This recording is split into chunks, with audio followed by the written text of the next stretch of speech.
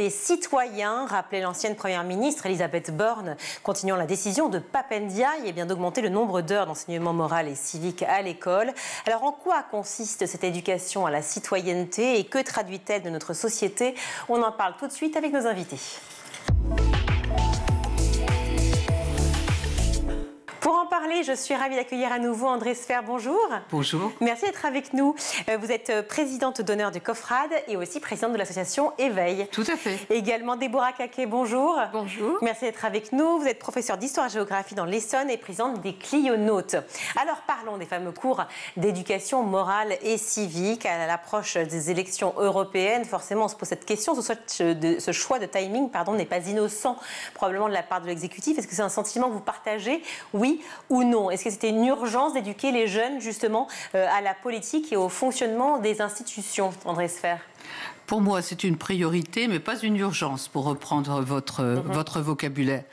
Nous, à l'association, on est convaincus qu'il faut une mobilisation nationale des professeurs, des élèves, des familles, des politiques, des médias, pour une éducation à la citoyenneté des jeunes. Mais l'urgence, sûrement pas. Parce que ce n'est pas en travaillant aujourd'hui qu'on peut avoir des résultats au mois de juin. Mais en question de timing, est-ce que vous pensez qu'il y a un lien ou pas, Déborah Caquet? Non, je ne pense pas. Je ne pense pas parce que au moment où le Pape Ndiaye a évoqué la réforme de l'enseignement moral et civique, on était sur un autre type de thème. C'était par exemple le harcèlement dont on parlait beaucoup. On avait eu un certain nombre de suicides d'adolescents, ça avait fait réagir. Et on sortait de tout un cycle autour de la laïcité, autour de la liberté d'expression. On évoquait aussi à ce moment-là une possible réforme du collège auquel Jean-Michel Blanquer n'avait pas touché. Donc je crois beaucoup plus à l'idée de vouloir terminer un cycle de réforme, d'avancer un petit peu sur le collège, mais je ne pense pas que les élections européennes aient été plus que ça décisifs dans le calendrier. Je continue avec mon petit tour politique quand même pour démarrer sur ce sujet-là, mais est-ce que vous pensez que les termes employés par le président de la République, à savoir instruction civique, terme qu'on n'emploie plus, étaient volontaires et pourquoi? Parce que l'éducation appartient aux familles, donc peut-être pour éviter le mot éducation. L'éducation n'appartient pas à l'école? Si, l'éducation appartient aussi à l'école, puisqu'on a un ministère de l'éducation nationale et de la jeunesse. Mais par exemple, pour parler de cette discipline d'enseignement moral et civique, on parle de l'enseignement moral et civique en classe, et on ne parle pas d'éducation morale et civique. Donc on va parler d'éducation morale et civique en famille. Alors peut-être que justement c'est une façon de rebondir. L'éducation, est-ce qu'elle doit se faire justement à la maison, davantage sur l'aspect citoyen, ou même dès le départ d'ailleurs? Alors, c'est certain qu'on ne peut pas former des citoyens en vase clos avec la seule énergie de l'enseignant d'histoire-géographie. C'est pas possible. Et d'ailleurs, d'une certaine façon, tout le démontre tous les jours. Si on a de plus en plus de contestations, de fragilité dans notre société, c'est aussi parce qu'à un moment donné, il va falloir répartir davantage l'effort d'éducation auprès des enfants. Maintenant, je pense que sur le terrain de l'enseignement moral et civique, si le président a parlé d'instruction civique, c'est aussi parce que dans son discours, dans son approche de l'école, on sent qu'il a envie qu'il souhaite s'arrimer à une vision traditionnelle de l'école, où on va parler d'instruction, on va parler d'uniforme, où on va parler de réarmement civique. Les mots sont quand même choisis pour séduire une partie de l'opinion publique qui aspire à un retour aux sources. D'accord, un droit de source, tout simplement. Oui. D'accord. Le dédoublement des heures de MC en réponse aux émeutes de juin, est-ce que pour vous c'est une vraie solution? En tout cas, c'est ce qui avait été évoqué à l'époque par l'ancienne première ministre Elisabeth Borne. C'est pas une mauvaise solution. L'enseignement moral et civique, c'est un tout petit temps par semaine. C'est une demi-heure. On ne fait pas beaucoup en une demi-heure. Ce sera une heure, du coup. Donc là, c'est censé être une heure. Oui. Je dis c'est censé parce qu'à l'heure actuelle, on nous a annoncé le doublement pour la rentrée 2024. Or, nous avons déjà les dotations qui arrivent dans les établissements, à partir desquelles, normalement, on doit pouvoir avoir ce doublement horaire. Et dans les faits, il n'apparaît pas ce doublement. Donc, pour l'instant, l'effort est passé sur les groupes de niveau. On s'efforce de financer les groupes de niveau sur le français, sur les mathématiques. Maintenant, le MC a complètement disparu des écrans radars. Donc, on l'a annoncé. Maintenant, dans les faits, pour l'instant, il n'est pas installé. Enseigner le civisme à l'heure de l'incivisme. Je cite l'historien Thibaut Poirot il y a quelques semaines dans une tribune pour le journal Le Monde. Est-ce que ça vous parle? Oui, ça parle justement d'éducation dans les familles. C'est ce qu'on disait tout à l'heure. Le professeur d'histoire-géographie ne peut pas tout faire. S'il pouvait tout faire, d'ailleurs, ça se saurait. Malheureusement, il ne peut pas tout faire. Donc, ça appartient aux familles d'éduquer leurs enfants. Et puis, ensuite, effectivement, c'est l'école maternelle, primaire, qui va prendre le relais dans cette éducation au civisme, aux règles du vivre ensemble. Effectivement. Donc l'éducation, si je vous suis, à la citoyenneté, on a démarré en fait avant l'école, à savoir entre 0 et 3 ans. Ça veut dire quoi? Ça veut dire les mots habituels. Ça veut dire la politesse, ça veut dire merci. Alors justement, ça veut dire bonjour. Est-ce que c'est ça la citoyenneté? Est-ce que c'est la politesse? Ça peut être ça, oui, bien sûr. Oui. Ça commence là. Et c'est quoi d'autre? C'est quoi d'autre? Ce sont des cercles concentriques, effectivement, qui vont autour... de toute façon, si vous voulez, la citoyenneté, c'est le commun. Donc on va faire du commun, chacun à son niveau. Le tout petit, c'est les règles de politesse, il peut pas faire plus. C'est le commun, c'est le collectif en fait. C'est l'organisation d'une société. C'est l'organisation d'une société. Oui. Et c'est vrai qu'on vit dans une société aujourd'hui où on est tous enclins à exalter nos différences. On n'est pas dans une société où on forge du commun, de l'importance aujourd'hui de cet enseignement moral et civique, donc pour l'école, et de l'éducation morale que peuvent donner les parents dans les familles. Pardon, pour vous suivre bien, exalter nos différences et faire du commun, c'est antinomique? C'est un peu antinomique, oui. Expliquez-moi pourquoi. Et parce que j'ai envie d'acheter une marque qui soit différente de celle de mon copain et que ces choses-là m'absorbent, mes différences, nos différences nous absorbent plus que le projet commun. Et c'est pour ça qu'aujourd'hui, on aime aussi faire travailler, c'est ce qui se fait souvent d'ailleurs en enseignement moral et civique, on fait travailler les jeunes sur un projet.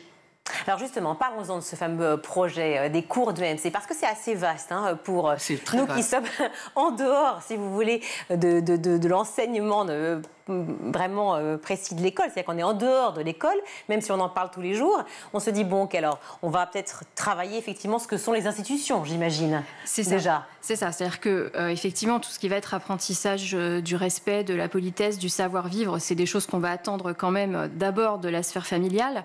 Par contre, l'EMC va travailler à donner déjà une base culturelle, une base de culture civique, comprendre nos institutions, comprendre le fonctionnement de la justice, qu'est-ce qu'une constitution. Vous voyez, c'est des éléments d'abord d'une culture civique qui sont transmis.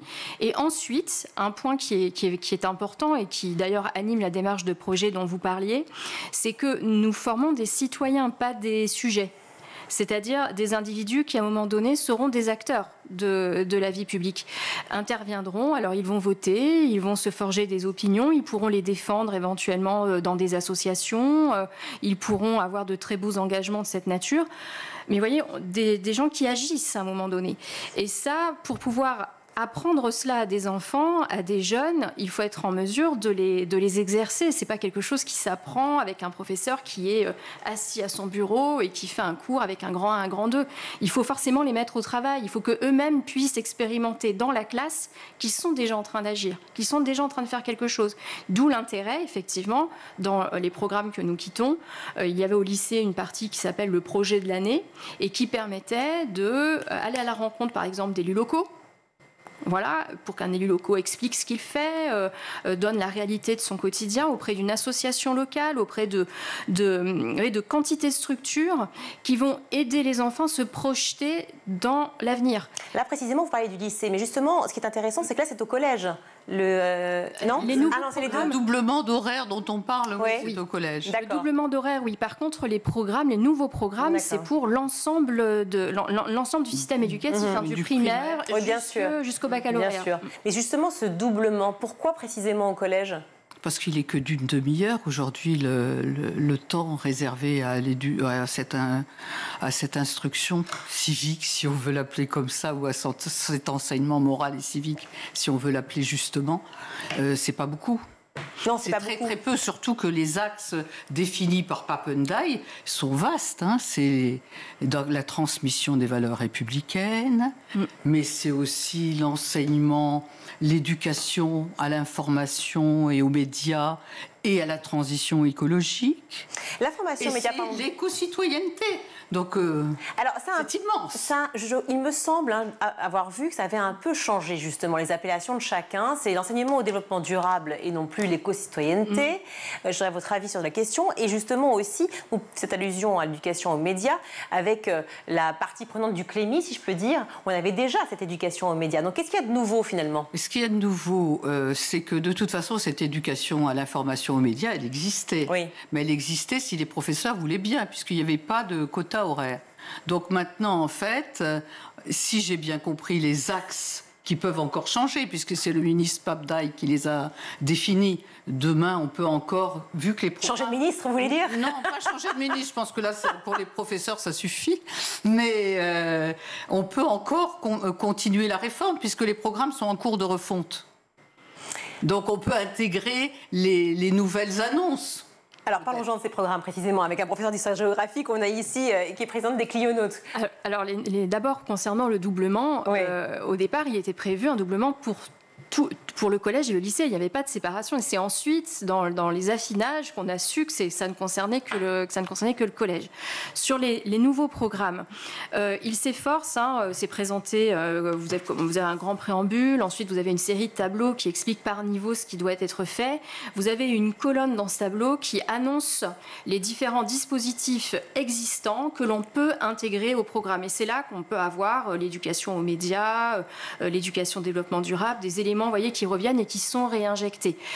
Ce qui nous a surpris au sein de l'association, c'est que finalement, là où on attendait des programmes presque révolutionnaires, parce qu'on avait dit tellement de mal de l'EMC, on avait critiqué ses insuffisances. Si on crée une réforme avec tout le battage médiatique qu'il y a autour, c'est qu'on annonce qu'il va y avoir de grands changements. Et finalement, les contenus sont très traditionnels. Alors, bien sûr, les thèmes... La liberté, l'égalité, ce sont des choses invariantes. On s'attend à ce qu'elles figurent à nouveau. Par contre, ce qui est surprenant, c'est que dans le poids accordé à chaque thème, dans la place, dans les programmes, finalement, c'est les permanences qui l'emportent à 95%. Et vous parliez des médias. Nous sommes une époque où le poids de la désinformation est de plus en plus lourd, où on a un besoin d'arrimer nos élèves à de bonnes bases méthodologiques pour ne pas se laisser submergé par les fausses informations. On a besoin de temps et j'avoue qu'une des attentes de notre association, c'était que du point de vue des programmes, on ait une place beaucoup plus importante accordée à ça. Et finalement, non, pas plus que ça. C'est comme d'habitude. Alors, on parle des programmes, mais il y a aussi la pédagogie. Est-ce qu'il y a un sens aussi à cette pédagogie qui est nouveau? Ce n'est pas vraiment nouveau, c'est ancien. Et c'est même d'ailleurs un peu dommage que ce soit l'ancien qui triomphe. Je m'explique. Dans le fameux tableau que j'indiquais tout à l'heure, vous avez donc bien sûr les thèmes qui sont présentés et vous avez également des démarches d'apprentissage qui vous sont suggérées. Ces démarches sont des démarches extrêmement verticales qui expliquent que l'enseignant va travailler sur, se pencher sur, étudier cela. Mais finalement, ce qu'on pouvait attendre en termes d'interaction, le fait de placer des débats, le fait d'avoir des intervenants extérieurs qui viennent, le fait d'avoir justement ces projets, ça disparaît. Alors c'est présent en préambule, où on vous indique que ce sont des pratiques qui sont intéressantes, qui sont utiles et qui ont leur place. Mais en fait, dans la façon dont les programmes sont rédigés pour l'instant, on ne voit pas très bien où cette richesse pédagogique apparaît. On est au contraire dans des situations qui privilégient un face-à-face classique. Très académique. Tout à fait, l'enseignant qui parle. Pour le coup, c'est bien en phase avec l'instruction civique. Donc, votre avis, André Sfer? Là, on risque d'avoir un petit peu de déception côté des élèves, parce que nous, on faisait un colloque en mai 2023, qui suivait d'ailleurs une étude que nous avions menée auprès de 600 collégiens sur leur vue à eux de la citoyenneté, et que nous disaient-ils par rapport à l'école, justement, qu'ils voulaient plus de débats, comme ceux qu'ils avaient en enseignement moral et civique, parce qu'ils avaient du débat en enseignement moral et civique, et ils en voulaient plus, c'est-à-dire ils voulaient que ce débat, eh bien, finalement, ça puisse aussi se pratiquer dans les autres disciplines. Ils voulaient des choix de matière, enfin, ils voulaient une journée moins lourde, enfin, ils ont plein d'idées, les jeunes. Hein.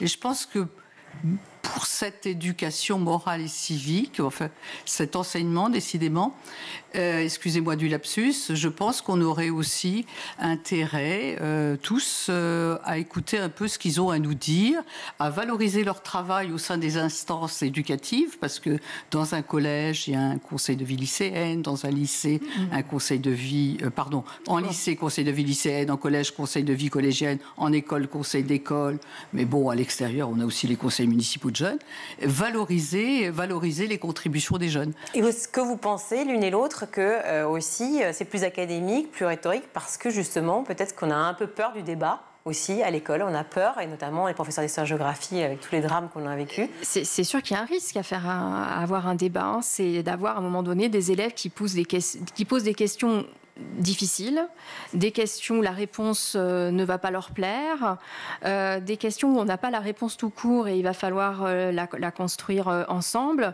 Un débat, c'est un moment de liberté. Et forcément, si un enseignant se sent en fragilité sur le thème abordé, si la classe est naturellement, on va dire, éruptive, ça peut très mal se passer. Mais c'est pas parce que ça peut mal se passer que ça se passe mal à chaque fois. Vous avez de très belles réussites à discuter avec les élèves. Et je trouve que sur tous les sujets, qui sont justement les sujets de tension, de sujets sur la laïcité, sur la liberté d'expression, je préfère avoir des élèves qui posent les questions, qui même parfois affirment violemment leur point de vue. Je préfère encore ça parce qu'au moins on peut discuter, plutôt que d'avoir un silence dans les rangs et je le sens bien, des regards fuyants. Et puis surtout qu'ils se sentent considérés, car comme vous le dites, effectivement, les jeunes ont beaucoup de choses à dire et puis en plus, ils sont de plus en plus engagés, mais pourtant ne votent toujours pas, enfin pour ceux qui ont le droit de vote. Mais voyez, ils n'ont pas encore l'âge. Je pense que ça va ensemble. Si on ne les fait pas débattre, s'ils n'apprennent pas en classe, à se comporter déjà comme des citoyens, à être responsables de leurs opinions, aller chercher des informations, comment peut-on croire qu'une fois adultes, ils vont découvrir comme par enchantement la solution? Je trouve qu'on fait notre travail en posant un cadre dans la classe où les élèves réfléchiront, agiront, penseront le monde présent. Mais c'est vrai qu'il y aura des moments de tension, mais il faut pas avoir peur de la délibération. Et je crois que c'est la seule façon de les faire adhérer en profondeur à nos valeurs communes, aux valeurs de la République notamment. Parce que sinon, on instruit. Ça n'a plus de sens. Mais il n'y a pas de réelle appropriation. Est-ce qu'ils arrivent, est-ce que plutôt, c'est pas ils arrivent, mais est-ce qu'ils ne font pas trop le distinguo et justement la séparation entre les valeurs de la République dont on parle, qui sont évidemment respectées et importantes, et puis aussi les politiques eux-mêmes? J'ai l'impression qu'il y a une non-adhésion finalement des jeunes dans la figure politique. Alors la figure politique, mais pas seulement. Nous, les jeunes qu'on a interrogés, donc des jeunes de collège, les valeurs de la République, ils les connaissent. Et ils aspirent à une société plus juste. Mais ils nous renvoient aux discriminations. Il nous renvoie au manque de fraternité. Il nous renvoie au harcèlement. Il nous renvoie aux réalités. Et c'est pas tant les politiques que l'incapacité politique à résoudre ces questions pour eux. Et à écouter ces jeunes, justement. À les écouter, mais aussi à rapprocher notre devise républicaine pour eux d'une réalité qu'ils vivent. Juste un point assez précis, mais qui est tout à fait intéressant sur les biais choisis pour ces fameux cours. Comme relève justement l'APHG, l'Association des professeurs d'histoire-géographie, à propos de l'explication concernant par exemple le 49.3, qui était un vrai sujet, évidemment, notamment au moment d'Elisabeth Borne. Il y a des points qui posent problème, comme l'étude du 49.3, donc je cite, pour éviter les blocages parlementaires, alors qu'on explique en classe qu'il réduit l'espace du débat parlementaire. C'est un affrontement finalement entre les légitimités du législatif et de l'exécutif. Et c'est vrai que c'est un peu paradoxal à comprendre. Alors effectivement, c'est un point que nous avions également relevé, et c'est d'autant plus surprenant que cette partie est inscrite dans un élément du programme sur la délibération. justement.